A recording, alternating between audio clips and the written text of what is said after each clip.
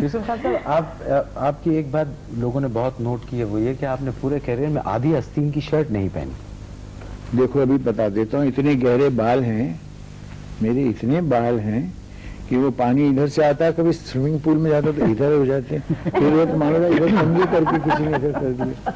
تو میں بڑا سیلف کانشیس ہو جاتا ہوں اس معاملے میں. وہ زمانہ کچھ اور تھا، آج زمانہ کچھ اور ہے.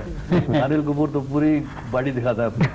بالکل درست کہا آپ نے. وہ زمانے کی فلمیں الگ تھیں. آج کے دور کے فنکار جو ہیں، کل بھی میں نے کہا تھا، آج کے دور کے فنکار جو ہیں ان کا تصور اپنی تخلیق کا کچھ اور ہے، اور یہ تصور جو لوگ آپ کے سامنے بیٹھے ہوئے ہیں ان کی تخلیق کا تصور ایسا ہی تھا کہ جیسے ایک منبع ہے جس نے آنے والی نسلوں کو ٹرین کرنا ہے. اور یوسف صاحب ایسی شخصیت ہیں، سنیل صاحب ایسی شخصیت ہیں، they are the doorway for the new people to come into the industry.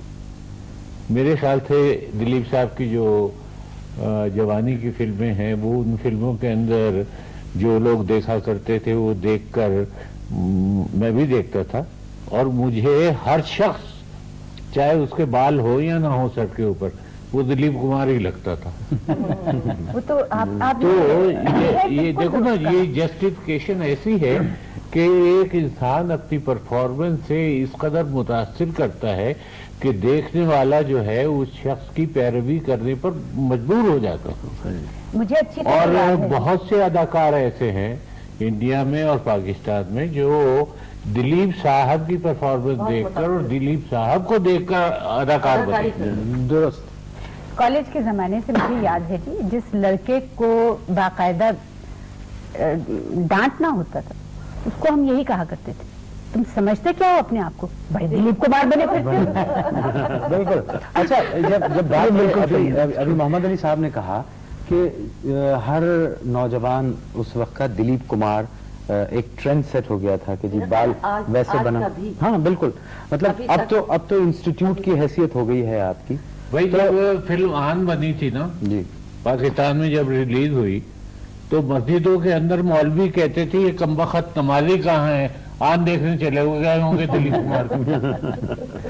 یہ باقاعدہ میں نے سنا ہے اپنے کانوں سے. اچھا، میں اسی بات کو آگے بڑھاتا ہوں کہ علی صاحب نے کہا کہ لوگوں نے دیکھ دیکھ کے آپ کو سیکھا، تو کبھی آپ نے یہ نہیں سوچا کہ کوئی ایک اکیڈمی قائم کی جائے جس میں باقاعدہ لوگوں کو سکھایا جائے؟ یہ فن آپ نے اپنے تک ہی کیوں محدود رکھا؟ یہ جو باتیں آپ سب کر رہے ہیں میرے بارے میں نا، تو مجھے ایسے محسوس ہوتا ہے کہ کسی اور کے بارے میں. کہاں سے اکیڈمی، خود ہی نہیں آتا تھا. سوچتے تھے کہ کس طرح سے، کس جتن سے اس پر عبور پائیں. اور آج تک اگر سچ پوچھے تو آج تک وہ confidence of living a character میسر نہیں ہوا. ہمیشہ یہ خیال ہوتا ہے کہ ہاں اس سے بیٹر ہو سکتا تھا. لیکن اچھی بات کیا ہوتی ہے کہ جو دیکھنے والے ہوتے ہیں ان کو کیا معلوم ہے کہ اس سے بیٹر کیا ہوتا. کتنے دن تک علی مجھے سمجھ میں نہیں آیا کہ یہ شہزادہ، مغل شہزادہ کیسے چلتا ہوگا. میں ہاسٹائل تھا شہزادوں کے اور کے، کیسا ہوگا یہ، کس طرح سے. اور ایک زیرہ بختر بنا دیا انہوں نے مجھے، 90 پاؤنڈ اس کا وزن. یعنی اگر آگے چلوں تو میں رک ہی نہیں سکتا، کیونکہ وہ پیچھے سے اس کا زیرہ بختر لگے پھر میں آگے چلا جاؤں. پھر میں رکنا یہاں ہے تو جا کے وہاں رکتے تھے. میں نے کہا صاحب یہ تو بہت مشکل کام ہے. تو میں نے خیمہ بنوایا تھا.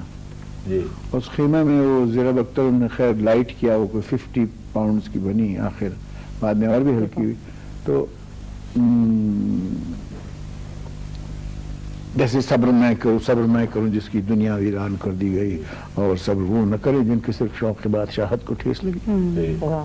درجن سنگھ، تو یہ تمہارے بعد کیا شہنشاہ کی بادشاہی نہیں، خدا ہی ہے کہ وہ دنوں پر بھی پہرا لگا دینا چاہتے ہیں.